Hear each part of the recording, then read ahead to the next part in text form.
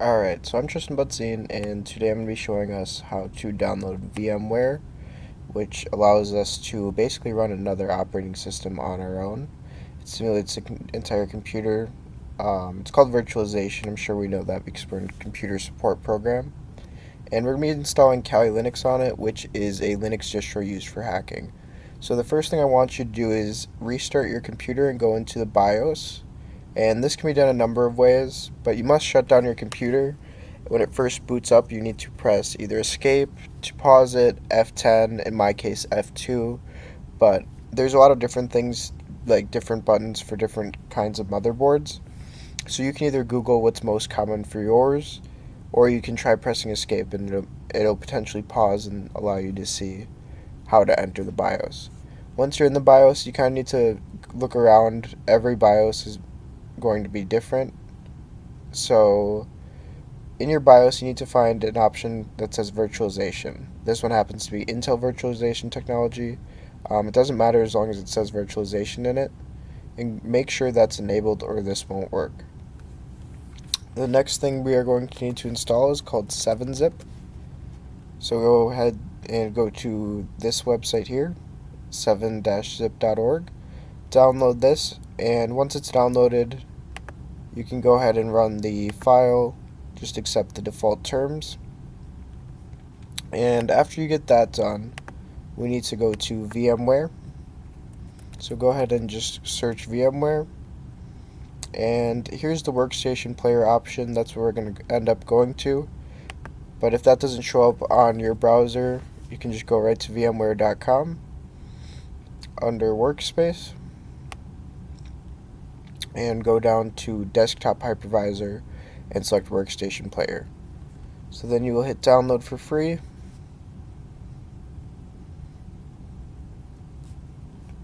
And once you get to this tab, you can select the version you'd like. I'm just going to keep it as default.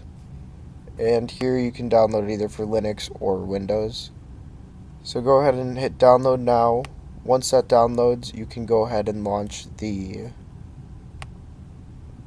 setup file. So basically you'll double click on this. There will be a lot of defaults and like license and approval. Go ahead and accept all the defaults. That should be okay. And the last thing we're going to need is Kali Linux. So for those of you who aren't aware, it is a Linux distro used for ethical hacking or penetration testing. That's what it's originally designed for. People do use it for hacking in, not ethical settings, but I use it to learn because I want to get into cybersecurity someday, and specifically penetration testing. So you'll go to kali.org, and you'll press download, and from here you'll press virtual machines, and you can install the VMware, the 64-bit. So then you'll hit this download here, and you may notice in the bottom left hand of my screen, it says it is a 7Z file, which should remind you of this 7-zip we just downloaded. So this is actually what we use to unzip it. So a 7Z file is basically a very compressed file that can't be opened by like the normal file explorer. So once you get Kali Linux downloaded, so you just hit download here, it should be all downloaded shortly. Then you will go ahead and open up 7-zip.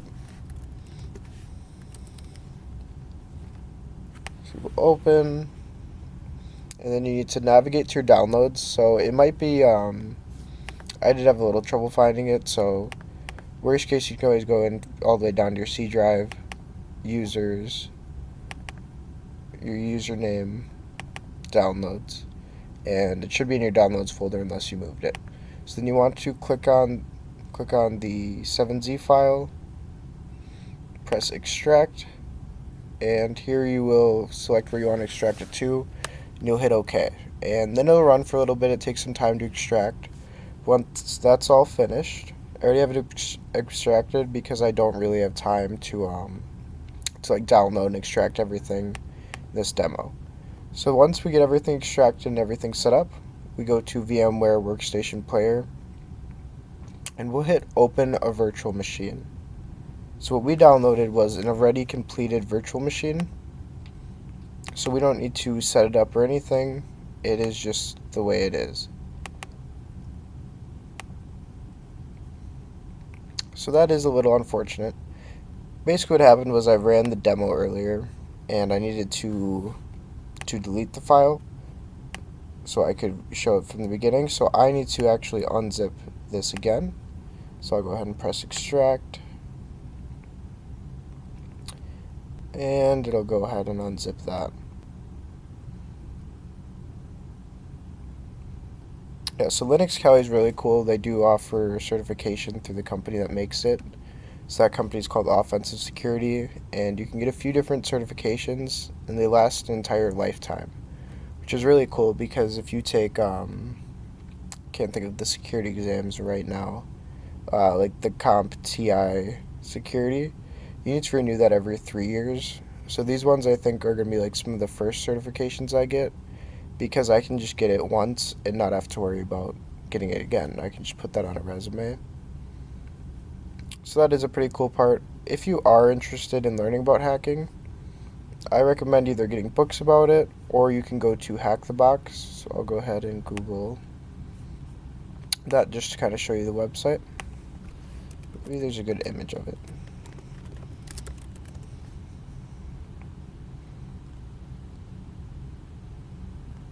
So basically there's a bunch of different labs that you can practice hacking on. And then I believe this is like times, and you can compare against other people who've done it, so it's kind of competitive, but there's labs from easy, medium to hard, and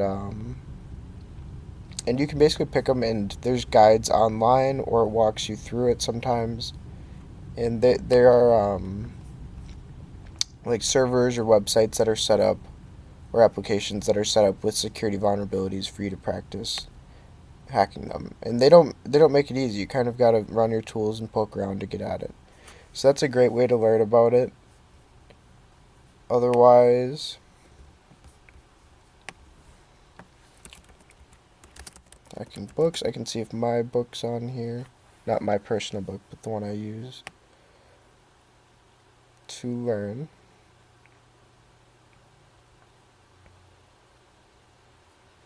So there is tons of books, but I honestly just go to Barnes and Nobles, and if they look interesting, I grab them. Not seeing mine on here, alright. On here, but that's alright. So we're just waiting for this to finish up. We got about 30 seconds left.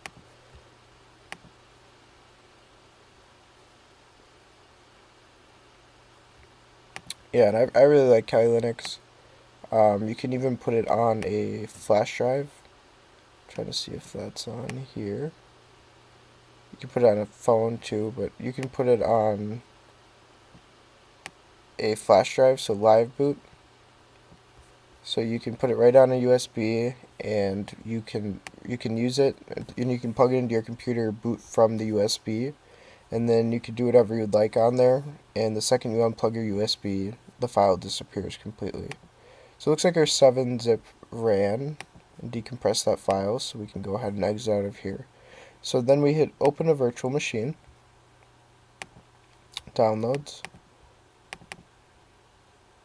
and then you'll select this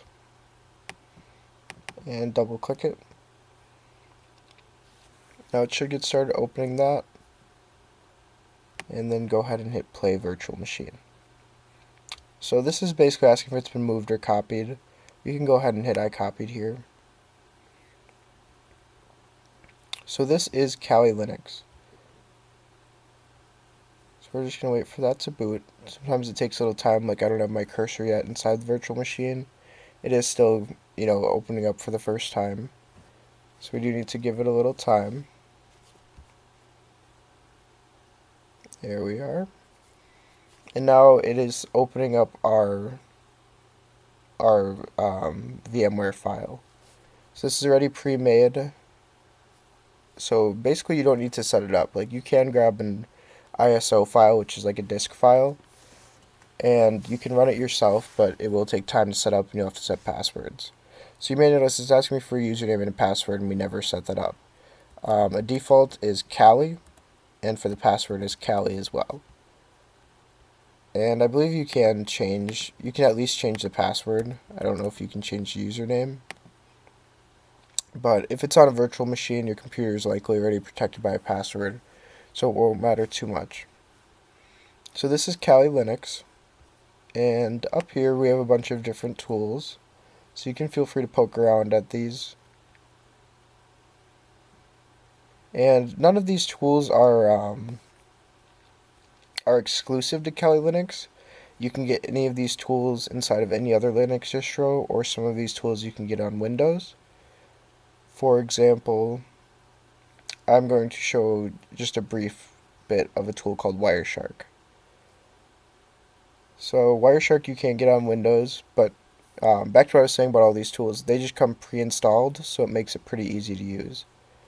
So right here it's asking which interface we'd like to capture. We'll just stick to the Ethernet 0, and we can press capture. And we'll just hit start. So, these are different packets that are going through on our network. And I'm not sure what this VMware broadcast is. I believe it's our computer talking to it, but I could be wrong about that. So what I'm going to do to show how this works is in my Windows 10, I'm going to open up command prompt. So this is not inside the virtual machine. So this is showing you how it works. We can ping google.com, and we should see this pop up in here. At least when I was testing it, we did.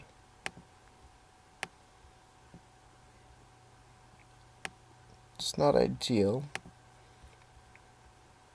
See, this is IP6 and this is IP4, which makes it a little difficult. You know what? We'll try pinging NWTC. And pinging is not illegal. It is totally fine. You're basically just sending a packet saying, "Hey, are you awake?" And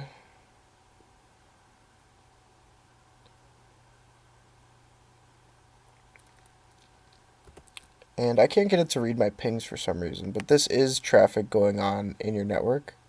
So it is different things, different devices talking to things outside of your network. And you know, it's not, nothing here is like sensitive. Like, it's okay that I show my IP address because it's a local one. But I actually want to run ipconfig. So I'm 230 on the outside. I'm just not seeing my packets pop up. Well, that's alright. I'm not the best with Wireshark. It's been about 2 years since I used it. But if you are interested in Wireshark and kind of what's going on here, this is, oh, we're getting a lot of data now. This is often used in networking, so the system administrator program goes over that. And we actually do use it here at NWTC, which is why I thought it'd be kind of cool to show off. And I'll just try one more time.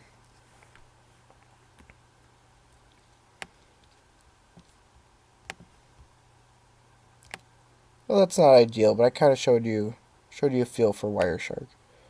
And so we don't need to save those packets. And there is a bunch of really cool tools in here if you are interested. Otherwise, when you launch the browser,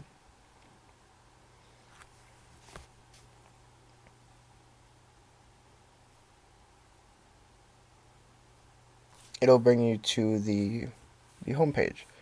So here they have courses where you can take these courses and take certification tests. So for example, I'll hit, so these are penetration testers, these are web. I'm not sure what EXP is. And I'll go ahead and make this larger. Windows user exploit mode. So let's say you want to take this course. You would learn it, and then you would take a test, and you would get this, the OS, Offensive Security Exploit Development Certificate. And these do have, and these are pretty expensive, but these are on your resume forever. So, you know, if you wanted a course, Might be 1,500, but you can keep it forever. Yeah, so this is just kind of an intro to Kali Linux. If you do want to learn more about it, there is tons of resources online, or if you are interested in cybersecurity and you think that's something you'd want to do, you may want to take some of these courses. And they are pretty expensive, but it starts off light, and they teach you slow. They have different levels to it. So yeah, that's about all I had for my presentation. Oh, actually, I'll show you how to close down the player. So I just go here and I press shutdown guest. And is it in a safe state? Pretty much, as long as you don't have like an open file or something unsaved, I think it'll be okay. Worst case, you can just re-upload the image file. So that was all I had for my presentation. Thank you for listening. I hope you got something out of it. And if you are interested in Kali Linux, I would recommend checking